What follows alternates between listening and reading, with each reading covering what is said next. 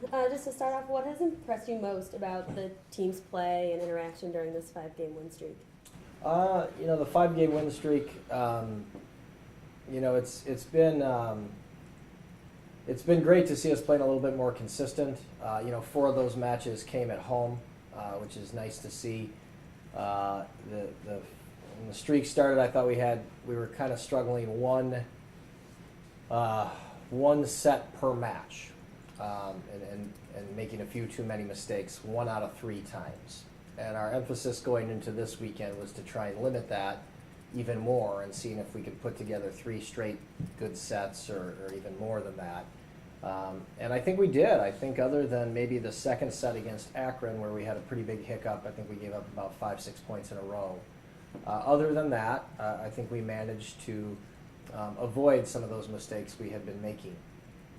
We did get some help. I thought Akron, I don't know that they played their best, and I know Buffalo did not. So we'll expect very tough matches next time we go back on the road against those 2 teams.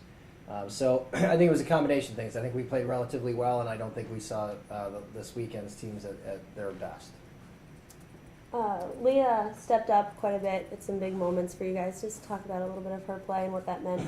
Yeah, Friday night, Leah came in off the bench, did a great job. It was a really competitive week at practice, and I thought she deserved some time.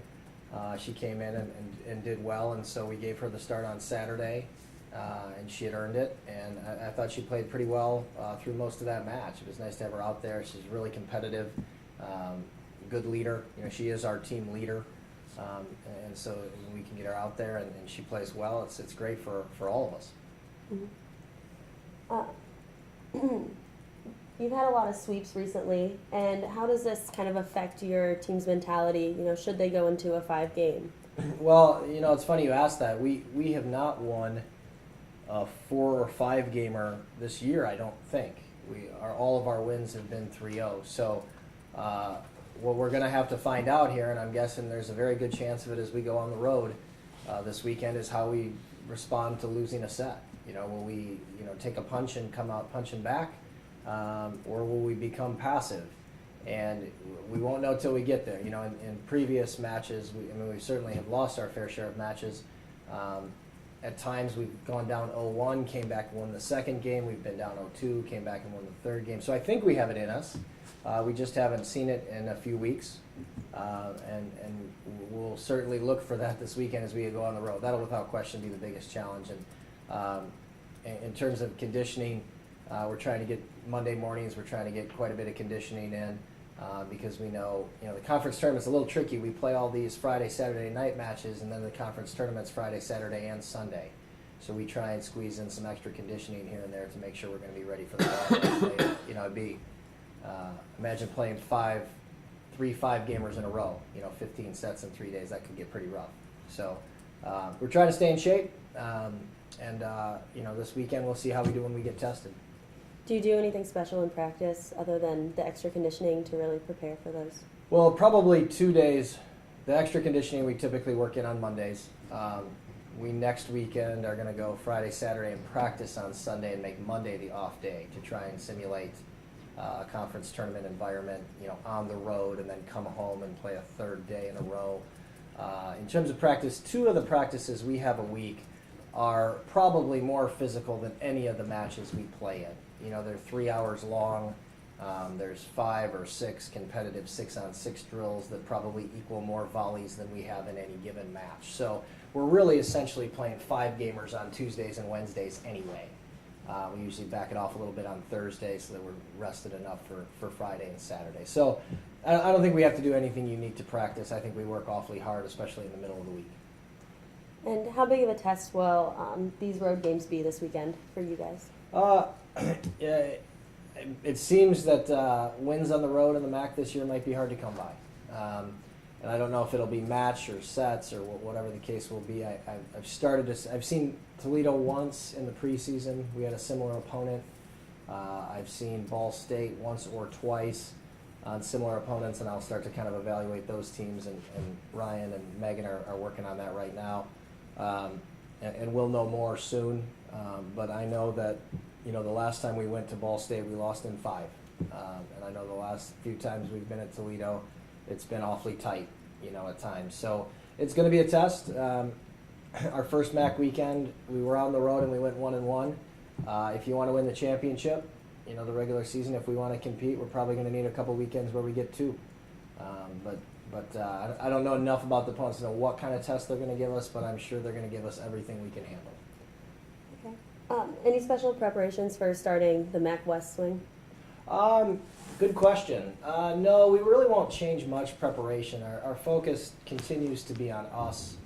I think as a relatively young group, that we need to continue to be better at what we do. And we'll just have to see where we go. It's what I put on our board and what I will talk to the team about today is, the 10-game rule in the MAC. And in my opinion, you really can evaluate teams at the 10-game mark because you've played 9 different opponents. After that, once you go East versus West, then it's a lot of those crossovers have happened. So you'll really get a feel. Over the next 2 weeks, teams will separate. And there will be anywhere from 3 teams to 5 teams after the next 2 weeks that'll be duking it out for a shot at the championship. And then there will be, a middle chunk, and then some teams at the bottom. And that's what we've had most years. Really, in terms of preparing for the MAC West, we're really just kind of opening our eyes to the other side of the conference and making sure our team knows how competitive it is over there as well.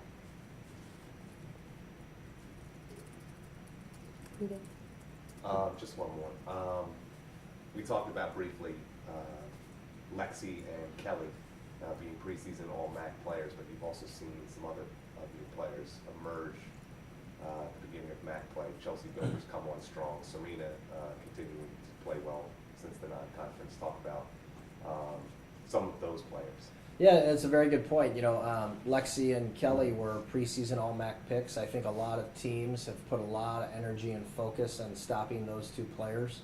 And we've needed people to step up. Chelsea, Serena, and Faith, and even Karen Bull has come in here and there and played well at times. And we're going to need that. What I would love for our team to have offensively is we're going to find out what you give us, and that's what we'll take. And we've talked about that before. I thought coming off, for example, our North Carolina road trip where Serena was a 480, I thought that first weekend of MAC play, teams wanted to stop our middles, and we needed our pins to get going.